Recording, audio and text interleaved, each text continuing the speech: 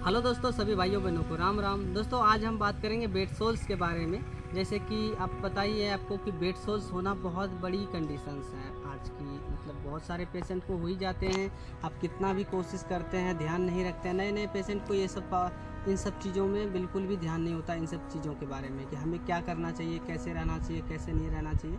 तो आपको आज की वीडियोस में पूरी जानकारी देंगे कि दोस्तों आप यदि नए हैं तो चैनल को सब्सक्राइब कर लीजिए और वीडियो पसंद आए तो आप लाइक ज़रूर से कीजिएगा। बारे में बेड सोल्स होते कैसे हैं और बेड सोल्स से हमें बचना कैसे चाहिए, और यदि बेड सोल हो चुके हैं तो उसको छुड़ाएं कैसे, बिल्कुल मतलब हमेशा के लिए छुड़ा दें कि बिल्कुल दोबारा हो ना।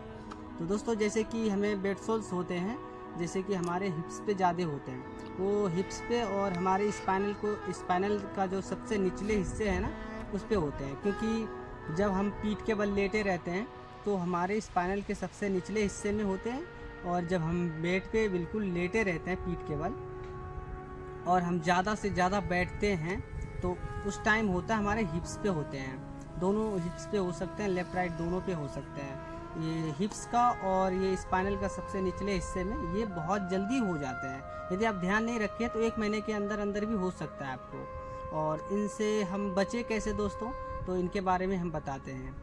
जैसे कि दोस्तों यदि ये घाव बड़े हो जाते हैं, ऐसे आप ध्यान नहीं देते हो, घाव बड़े हो जाते हैं तो दोस्तों बहुत दिक्कत हो सकता है। जैसे कि तो सर्जरी करवाना पड़ जाता है।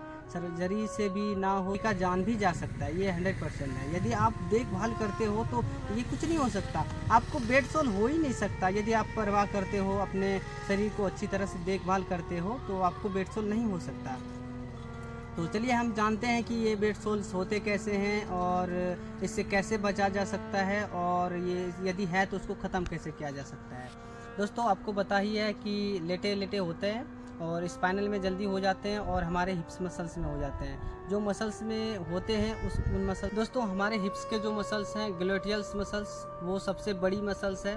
उसी के ऊपर बेड सोल्स होते हैं, उसी मसल्स में, ग्लूटियल मसल्स में बेड सोल्स होते हैं।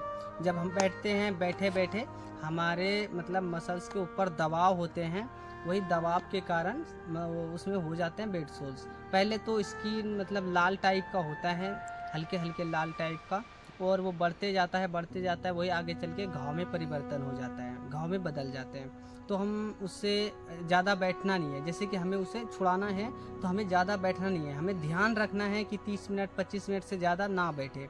यदि आप ज़्यादा 1 घंटे 2 घंटे बैठते हैं तो बेड सोल हो ही जाएगा। हम क्या करेंगे, लेटेंगे तो बार बार हम 25 से 30 मिनट के अंदर करवट लेते रहेंगे, और यदि हम बैठेंगे तो 25 से 30 मिनट से ज़्यादा ना बैठेंगे। लेट जाएंगे फिर बैठेंगे, लेट जाएंगे फिर बैठेंगे। जैसे कि एक बार लेटे तो कम से कम हमें 20 से 25 मिनट के बाद ही उठना है फिर से। ऐसा नहीं बार बार लेटे बैठे, ऐसा नहीं करना है। और जैसे कि हम मतलब लेटे रहते हैं तो बार बार हम करवट लेते रहेंगे, अपने पाँव जो सीधा रखते हैं। जैसे कि आप मुझे वीडियोस में देख रहे हैं, अपने पैर सीधा है, लेटा हूँ और मैं अपने पैर को मूव कर रहा हूँ, मतलब एंकल को इधर उधर कर रहा हूँ। इससे हमारे हिप्स के मसल्स जो है ना उसके ऊपर प्रभाव पड़ते हैं, तो हमें बेड सोल से ये बहुत ही अच्छा काम करते हैं, बचाते हैं। तो ये हो गया बचाने का तरीका। और हमें आप पता ही हो गया कि आपको बेड सोल होते कैसे। अब बता दूं कि जैसे बेड सोल आपको है तो उसको छुड़ाना कैसे है। तो चलिए बात करते हैं इनके बारे में कि हमें बेड सोल है तो उसको छुड़ाएं कैसे, बहुत ही कम समय में और बहुत ही जल्दी से अपने घर के तरीके से। दोस्तों जैसे कि बेड सोल हमें हो गया है तो अब हम करें क्या। तो दोस्तों इसमें हमें ध्यान रखना है इस चीज़ का कि हम उसको मतलब दवाई देंगे, और हम उसको मतलब सही टाइम से 3 टाइम दवाई देंगे। और आपको यूज़ क्या करना है, आप बिटाडिन ले सकते हैं, बिटाडिन पहला, और दूसरा आप ले सकते हैं, आपके पास बिटाडिन लिक्विड हो जैसे धोने के लिए तो ठीक है, ना हो तो आप ये डिटोल का भी यूज कर सकते हैं। थोड़ा मतलब गर्म पानी करना है, उसमें मतलब 50 ml गर्म पानी करना है, उसमें आधा ठेपी डिटोल डालना है, उसको मिक्स कर देना काफ़ी अच्छी तरह से, और अपने वो जो जख्म है उसको अच्छी तरह से रुई के साथ उसको अच्छी तरह से ड्रेसिंग करना, धो देना है।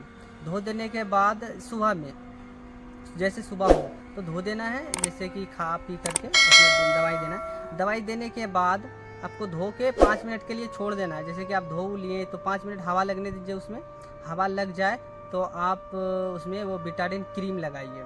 क्रीम लगाने के बाद आपको क्या करना है, आधा से 1 घंटे तक हिलना डुलना बिल्कुल भी नहीं है। आप बिल्कुल शांत से पट होकर लेटे रहें, बिल्कुल हिले डुले ना। और आधा से 1 घंटे बाद आप नॉर्मली पुशअप्स मारें, ताकि आपका जो जैसे पेट ना अकड़न टाइप का हो जाएगा और पेट में लगेगा जो भी आप खाए हैं वो रखा हुआ है, पचेगा ना है तो बहुत सारा दिक्कत हो सकता है। तो आप क्या करें, अपने हाथ से मतलब थोड़ा बहुत पुशअप्स मारें, पीठ उठाएं, पेट अपने उठाएं, ये सब करते रहें, करवट हो जाएं दोनों तरफ से, ये सब करें। और पीठ को हमेशा उठाते बैठाते रहें, नॉर्मली पुशअप मारते रहें 5 मिनट 10 मिनट में, इसी तरह से करते रहें। और दोपहर में ड्रेसिंग नहीं करना पर क्रीम लगा लेना है। दोपहर में क्रीम लगा लेना है, उसके बाद फिर आपको शाम में क्रीम लगाना है ड्रेसिंग करने के बाद। जैसे कि शाम हो जाए फिर से आपको ड्रेसिंग अच्छी तरह से कर लेना है। उसके बाद आपको फिर से 5 मिनट के लिए छोड़ देना है, उसमें मतलब 5 मिनट हवा लगने के बाद उसमें बिटाडिन क्रीम को यूज करना है।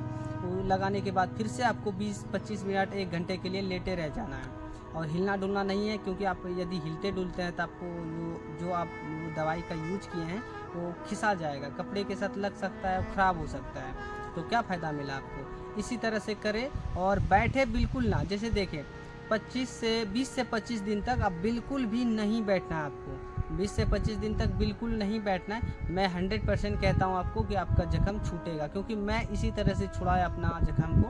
जैसे कि मुझे तो टोटल 25 दिन लगे थे, मतलब 22 से 25 दिन के अंदर मेरे पूरी तरह से कंप्लीट हो गए थे। बड़े घाव थे फिर भी हो गए। यदि आप अभी एक्सरसाइज भी कर रहे हैं और सोच रहे हैं कि मेरा घाव छूट जाए, तो आपका घाव नहीं छूटेगा। तो इससे अच्छा है कि आप कुछ दिन, 1 महीने के लिए, 20 दिन के लिए, 25 दिन के लिए एक्सरसाइज को बिल्कुल छोड़ दें। पट होके जो भी आपसे हो, नॉर्मल पुशअप्स मारना और अपने पीठ को उठाना, घोड़े स्टाइल में थोड़ा होकर के अपने कमर को उठाना चलाना, ये सब करना। नॉर्मली यही सब करें और कुछ भी नहीं करें, कुछ भी नहीं करना है। नॉर्मली यही सब करना है आपको कुछ दिन के लिए, 20 से 25 दिन। और 25 दिन में यदि आपका घाव पूरी तरह छूट जाता है तो आप हार्ड वर्क कर सकते हैं, कुछ भी कर सकते हैं। दोस्तों, यदि घाव छूट जाता है, यदि आप कंटिन्यू एक्सरसाइज करते हैं तो दोबारा आपको घाव नहीं हो सकता है, क्योंकि मेरे साथ ऐसे ही हुआ। जब एक बार मेरा घाव छूट गया पूरी तरह से, दोबारा मुझे घाव हुआ ही नहीं, आज तक नहीं हुआ। क्यों? क्योंकि आप वीडियोस देख रहे हैं मैं कितने अच्छा मेहनत करता हूँ, कितने ज़्यादा मेहनत करता हूँ, इसी कारण से मेरे घाव नहीं होते हैं। क्योंकि मसल्स एक्टिव होते हैं तो घाव नहीं होते हैं भाई। इसी तरह से आप कंटिन्यू मेहनत करें और आपको घाव बिल्कुल भी नहीं होगा।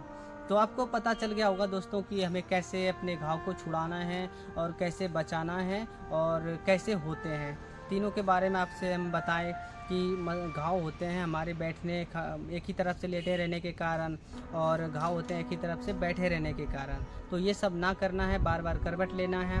और उठे तो जैसे कि बार बार उठना बैठना नहीं है। जैसे कि उठे तो 20 से 25 मिनट के अंदर अंदर आपको लेट जाना है, फिर से उठना है। जब उठे तो आप कुछ ना कुछ एक्टिविटी करें, पैर को चलाएं, पैर को ये उंगली को दबाएं, ये सब करें। ऐसा ना कि उठ के बैठे रहें, नहीं, कुछ से कुछ मूवमेंट करें, फिर लेट जाएं, फिर वो आप कल पे खड़े हो तो थोड़ा बहुत अप डाउन, बैठे उठे, ये सब करें। आपका घाव 100% छूटेगा 25 से 30 दिन के अंदर। आपको कैसा भी घाव हो, कितने भी बड़ा घाव हो, तो 25 से 30 दिन, 1 महीने के मिनिमम टाइम लेना है। 1 महीने में आपका घाव बिल्कुल छूटेगा। आपको बस क्रीम बिटाडिन यूज करना है। और दोस्तों, जैसे कि आपके घर में मच्छर वगैरह हो, मक्खी वगैरह हो, तो आप ना मच्छरदानी को लगाइए और अपने घाव को सेफ रखिए, वहाँ पे मक्खी वगैरह ना बैठे अपने घाव के ऊपर, ताकि मेरा घाव बढ़े ना।